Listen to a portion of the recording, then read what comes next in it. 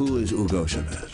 Some believe he is the enemy. He's more dangerous than bin Laden, and the effects of Chavez's war against America could eclipse those of 9/11.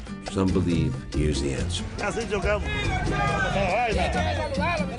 But no matter what you believe, in South America, he is just the beginning.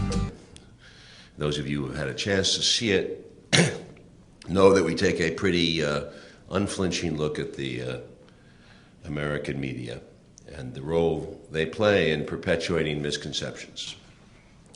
40 years ago, most of South America was run by oligarchs and military dictators. Small groups of guerrillas threw themselves into battle against mighty military machines backed by Washington and were destroyed. That world has changed. As the Cold War came to an end, South America was permitted democracy, and the continent began to breathe again. Our government didn't like this. And in particular, they targeted Hugo Chavez, the elected leader of a country with vast oil reserves. Of all the elected leaders in the world, he is one of the most vilified. And for what? Essentially for fulfilling his electoral pledges.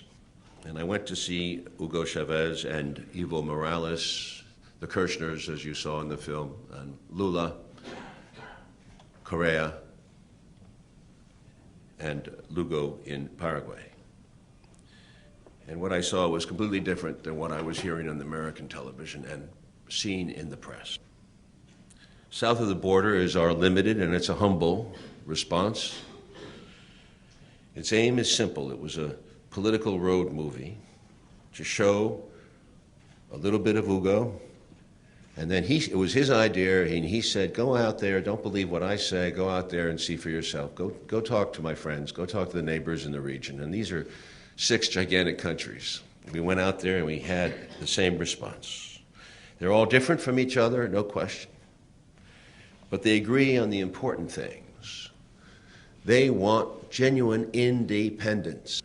They did not want and do not want U.S. military bases on their continent. They do not want those countries in UNASUR, 7 military bases in Colombia that were expanded under Obama. In south of the border, you heard the voices of 7 presidents. You could listen to them, you make up your own mind or start. I'm sure some of you have already, but nonetheless, please take into account their feelings. These are gigantic countries with a lot of resources. They speak from their own experience, and it's a deep experience.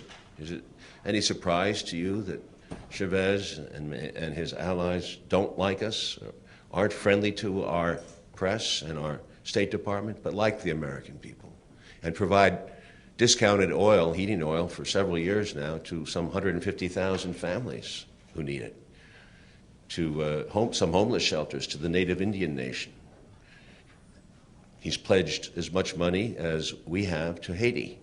It is our hope that south of the border will show North Americans, so many of whom do not get to hear this side of the story, that it is in their interest to start paying attention.